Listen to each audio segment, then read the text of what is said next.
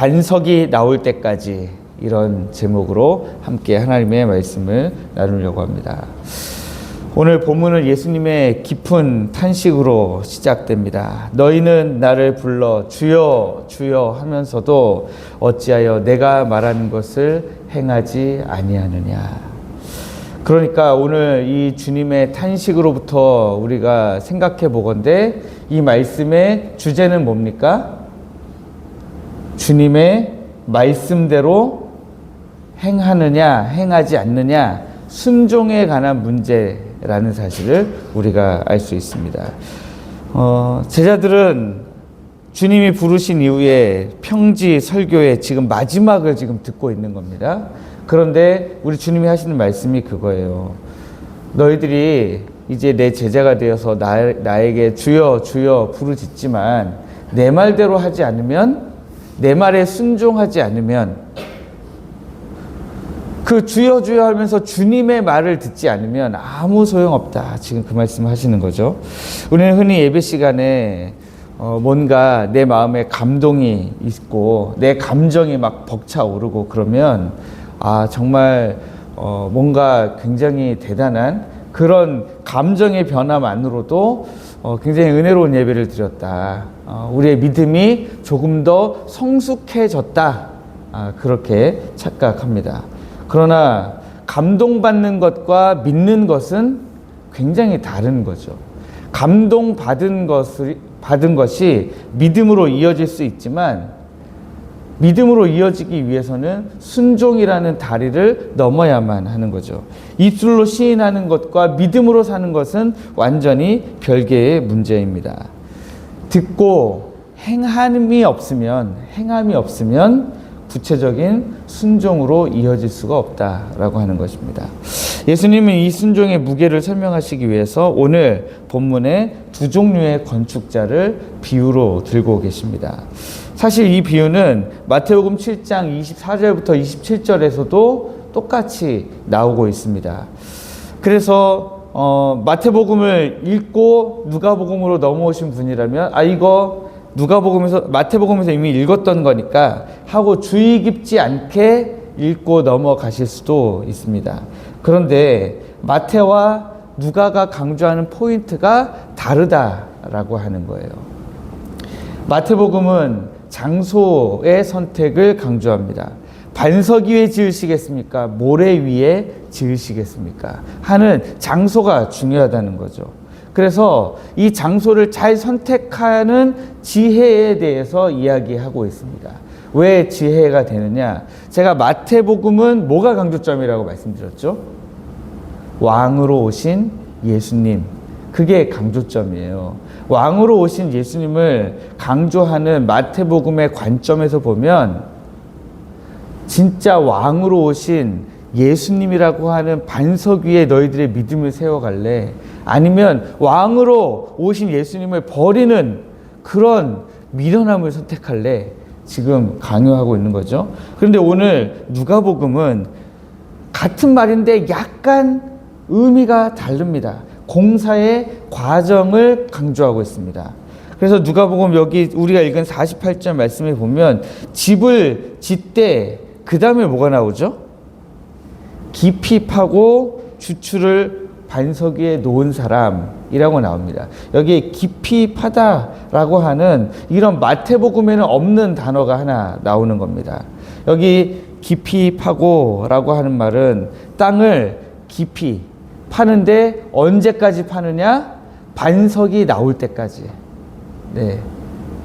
반석이라는 주추에 집을 짓기 위해서 마태는 그냥 눈에 보이는 반석 위에 집을 지을래? 아니면 그냥 모래 위에 집을 지을래? 이렇게 강조하는 거지만 누가의 강조점은 땅을 깊이 반석이 나올 때까지 파가지고 그 반석 위에다가 집을 지을래? 아니면 그냥 우리 교회 마당처럼 흙 위에다가 그냥 집을 지을래? 땅을 파는 수고 없이 그냥 집을 지을래? 아니면 땅을 깊이 파서 반석 위에다 집을 지을래? 이렇게 공사의 과정을 지금 강조하고 있는 겁니다.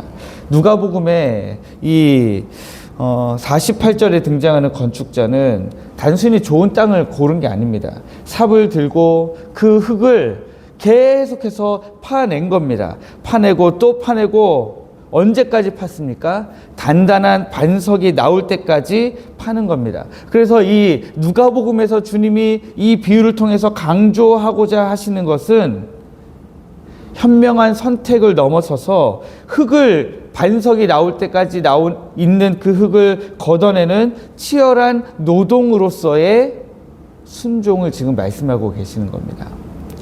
그리고 그 반석 위에 기초를 놓았죠. 그러나 어리석은 사람은 어떻습니까? 이 힘든 가정은 굳이 하지 않았던 거죠.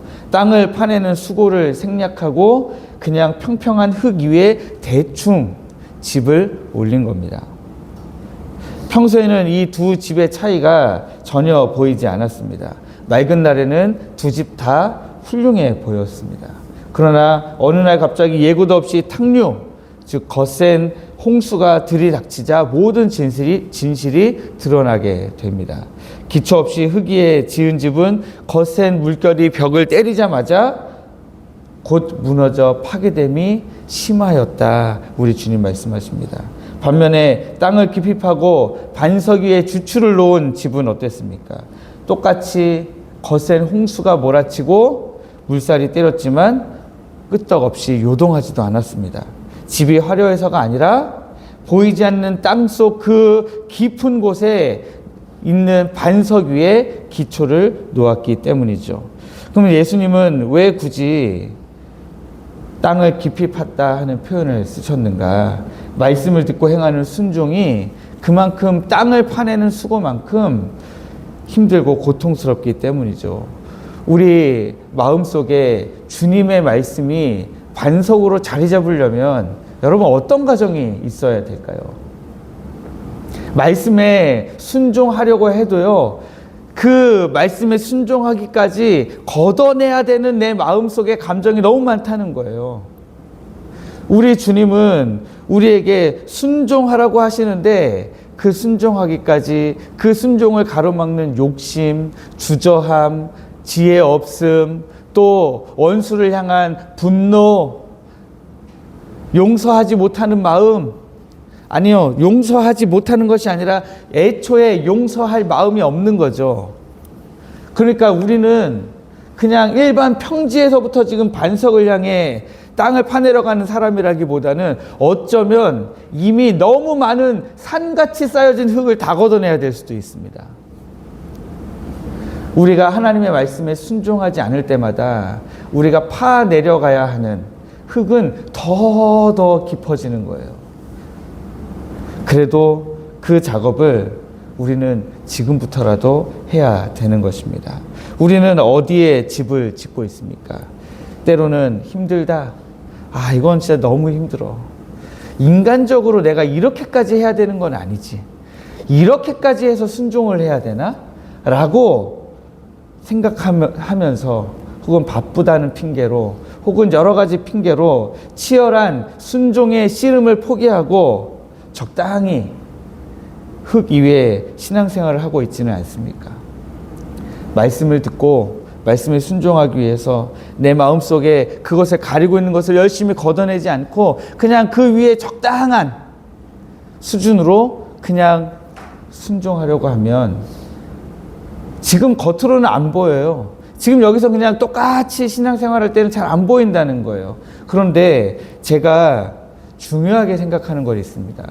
우리의 신앙생활은 언제 드러나느냐? 위기와 문제 앞에서 어떻게 반응하느냐를 통해서 그 사람이 그동안 얼마나 깊이 있게 땅을 파고 반석 위에 집을 지었는가, 아니면 얼마나 얕은 흙 위에 그냥 대충 집을 올렸는가 하는 사실을 금방 알 수 있다는 거예요. 위기와 문제 앞에서 우리 주님이 그동안 하신 말씀들을 기억하면서 그 말씀에 따라서 대처하는 사람, 반응하는 사람은 위기와 문제가 아니고 오히려 은혜의 방편이 되는 것입니다. 그래서 야고보 사도가 편지를 쓴 것처럼 시험과 환난을 만나거든 어떻게 돼요? 온전히 기쁘게 여기게 되는 것입니다. 왜냐? 믿음으로 반응할 수 있는 너무너무 좋은 기회니까요. 그래서 이제 여러분, 우리가 기도의 삽을 들고요, 내 마음에 땅을 파야 돼요. 내 마음에 이 땅을요, 모래를요, 흙을요, 깊이 파야 돼요. 언제까지 파면 좋을까요? 말씀의 반석에 닿을 때까지 열심히 파 내려가셔야 됩니다. 말씀이 용서하라 하시면 여러분, 미움이라는 여러분 마음속에 있는 흙을 열심히 파내셔야 돼요. 말씀이 오른뺨을 맞거든 왼뺨을 돌려대라, 손해보라, 겉옷을 달라 하면 속옷도 줘라 하면 어떻게 해야 돼요? 내 안에 욕심이라는 흙을 열심히 파내야 됩니다. 대충 덮어두면 안 되고요, 말씀의 반석을 만날 때까지, 그 말씀의 반석 위에 내가 내 두 다리로 서서 거기서부터 시작할 때까지 파고 내려가야 되는 거예요. 여러분, 오늘 이 새벽에 기도하시는 가운데 그 파내는 것을, 이 땅을 깊이 파는 것을 시작하시기를 주님의 이름으로 축복합니다. 그리고 그 땅을 파내는 것을 멈추지 않고 반석에 닿을 때까지 파시기를 주님의 이름으로 축복합니다. 인생의 홍수는, 인생의 탕류는 예고 없이 찾아옵니다. 질병의 탕류, 재정의 탕류, 믿음의 시험으로 인한 탕류, 그런 탕류들이 우리를 덮치고 우리 가정을 덮치고 우리 교회를 덮칠 때에 우리를 지켜주는 것은 그동안 우리가 단단하다고 했던 그 얕은 흙이 아니라는 거예요. 우리가 의지하던 것들은 다 밀려 떠내려 갈 것입니다. 하나님이 마지막 날에 불로 심판하실 때 다 타서 없어져 버릴 것들입니다. 그러나 남들이 보지 않는 가운데 그 말씀에 순종하기 위해서 열심히 땅을 파고 팠던 그 여러분들의 지난한 순종이 여러분들의 믿음을 굳게 붙들어 줄 것입니다. 그래서 오늘 여러분, 지혜로운 건축자가 되시기를, 지혜로운 건축자로 마지막에 46절에 우리 주님이 나를 불러 주여 주여 하면서도 어찌하여 내가 말하는 것을 행하지 아니하느냐, 이런 책망이 아니라 47절에 내게 나와 내 말을 듣고 행하는 자라고 하는 칭찬을 받으시는 여러분들 되시기를 주님의 이름으로 축복합니다.